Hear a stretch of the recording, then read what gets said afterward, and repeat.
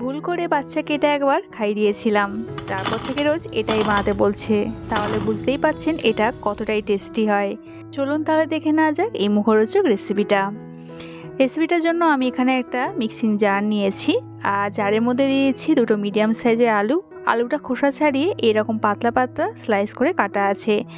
আমি এখানে কাঁচা আলু দিচ্ছি, তবে আপনারা এখানে সেদ্ধ আলু ব্যবহার করতে পারেন। আর এরই সাথে এখানে দিয়ে দিলাম 1/4 কাপ টক দই। দুটো মিডিয়াম সাইজের আলুর জন্য 1/4 কাপ টক দই লাগবে। এবার এখানে কোনো রকম জল ব্যবহার না করে এটা একটা ফাইন পেস্ট বানিয়ে নিতে হবে। যেহেতু কাঁচা আলুর একটা ময়েশ্চার থাকে, আবার টক দিয়েও একটু জল থাকে, এতেই কিন্তু এরকম একটা পেস্ট তৈরি হয়ে যাবে। আলাদা করে কোনো রকম জল ব্যবহার করতে হবে না। এবার এখানে দিয়ে দিচ্ছি 1/2 কাপ চালের গুঁড়ো, আর এরই সাথে এখানে দিয়ে দেবো 1/2 কাপ ময়দা। আটাও এখানে ব্যবহার করতে পারেন। আটা বা ময়দা দুটোই কিন্তু ব্যবহার করা যায়, টেস্ট 19-20 হবে। এবার একটু সব কিছু ভালো করে মিক্স করে নেব। আর মিক্স করে নেওয়ার পর এটাও কিন্তু ব্লেন্ড করে নিতে হবে। আর এখানেও কিন্তু একদম জল দেওয়া যাবে না, জল ছাড়াই ঠিক এই রকম একটা ফাইন স্মুথ পেস্ট তৈরি হয়ে যাবে। ব্লেন্ড করার সময় প্রথম দিকে একটু টাইট মনে হতে পারে, মানে ঠিকঠাক ব্লেন্ড হবে না, তবে পালস মোডে এই ব্লেন্ডটা করবেন, তাহলেই কিন্তু এরকম স্মুথ পেস্ট রেডি হয়ে যাবে জল ছাড়াই। অন অফ করে এই পেস্টটা রেডি করতে হবে। আর পেস্টটা তৈরি করার পর ঠিক এইভাবে একটু ভালো করে মিক্স করে ভালো করে একটু ফেটিয়ে নিতে হবে। এবার আমি এই ব্যাটারের সাথে কিছু উপকরণ অ্যাড করে দেব। সবার প্রথমে এখানে দিয়ে দেবো স্বাদ মতো নুন। এরই সাথে এখানে দিয়ে দেবো 1 চামচ গোটা জিরে। আর এরই সাথে এখানে দিয়ে দেবো অল্প একটু আদা কুচিটাই এখানে ব্যবহার করবেন, আদার পেস্টটা ব্যবহার করবেন না। খাওয়ার সময় আদার বাইটস পড়বে মুখে, খেতে ভীষণ ভালো লাগবে। ঝালের জন্য এখানে দুটো কাঁচা লঙ্কা কুচি দিয়ে দিলাম, আর অল্প একটু চিলি ফ্লেক্স দিলাম। এতে লুকসটাও খুব ভালো আসবে, খেতেও একটু চটপটা হবে, ঝাল হবে। তবে বাচ্চা যদি খুব ছোট হয় এই চিলি ফ্লেক্সটা বাদ দেবেন। সবশেষে একটু ধনেপাতা কুচি দিয়ে দিলাম। এবার সব কিছু একটু ভালো করে মিক্স করে ভালো করে একটু ফেটিয়ে নিতে হবে। প্রথম দিকে ব্যাটারটা একটু পাতলা মনে হতে পারে, তবে যেহেতু এখানে চালের গুঁড়ো আছে এটা কিন্তু আরও একটু থিক হবে, আরও একটু ঘন হবে।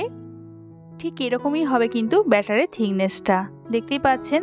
আর এর থেকে যদি একটু ঢিলে হয় তাহলে এখানে অল্প একটু চালের গুঁড়ো কিংবা ময়দা অ্যাড করতে পারেন। তো এখানে আমার ব্যাটারটা একদম রেডি হয়ে গেছে। এবার এখানে একটু বেকিং সোডা অ্যাড করে দেব। আর বেকিং সোডাটা অ্যাক্টিভেট করার জন্য সামান্য একটু জল এখানে অ্যাড করব। এখানে কিন্তু গরম তেলও আপনারা দিতে পারেন।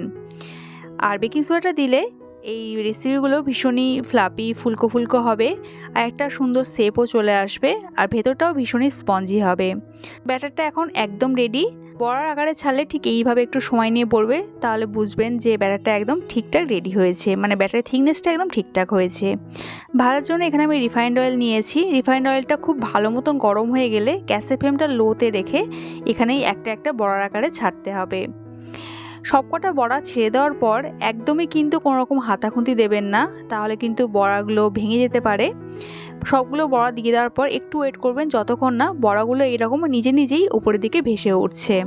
গ্যাসের ফ্লেমটা এই সময় মিডিয়ামেই রাখবেন, আর শেষ পর্যন্ত মিডিয়াম ফ্লেমেই রাখবেন, তবেই বড়াগুলো বাইরেটা ভীষণই ক্রিস্পি হবে। উপরের দিকে ভেসে ওঠার পর তারপর আলতো হাতে এইভাবে একটু উল্টে পাল্টে নিতে হবে। আর তারপরে কিন্তু ক্রমাগত এরকম উল্টাতে পাল্টাতে হবে, নাহলে এক সাইডটা বেশি ভাজা হয়ে যাবে, পুড়েও যেতে পারে। আর যখন দেখবেন বড়াগুলোর গায়ে এইরকম একটা লালচে কালার চলে এসেছে, তখন বুঝবেন বড়াগুলো ঠিকঠাক ভাজা হয়ে গেছে। বেশিক্ষণ কিন্তু লাগবে না, 3 থেকে 4 মিনিটের মধ্যেই বড়ার এই একটা ব্যাচ ভাজা হয়ে যাবে। আর বড়াগুলো দেখতে দেখুন কতটা লোভনীয় হয়েছে, আর সঙ্গে কতটা ক্রিস্পি হয়েছে দেখুন। আমার আজকের রেসিপি বড়ার মতন দেখতে হলেও এর কিন্তু একটা নাম আছে, সেটা হচ্ছে পুনুগুলু। এটা একটা অন্ধ্রপ্রদেশের বিখ্যাত সুস্বাদু রেসিপি। সাধারণত বেঁচে যাওয়া ইডলি বা ধোসার ব্যাটার দিয়ে এই রেসিপিটা বানানো হয়। আর এটার সঙ্গে কিন্তু একটা চাটনিও বানানো হয়, যেটা টমেটো, কাঁচা লঙ্কা আর রসুনটা ভেজে তৈরি করা হয়। ভীষণই সহজ রেসিপি একটা। আর এই পুনুগুলো কিন্তু ভীষণই টেস্টি হয়, যেটা বাচ্চারা তো পছন্দ করবেই, বড়রাও ভীষণ পছন্দ করবে। আজকের রেসিপিটা ভালো লাগলে একটা লাইক কমেন্ট রইল। দেখা হচ্ছে আবার এক নতুন রেসিপির সাথে। সবাই সুস্থ থাকবেন, ভালো থাকবেন।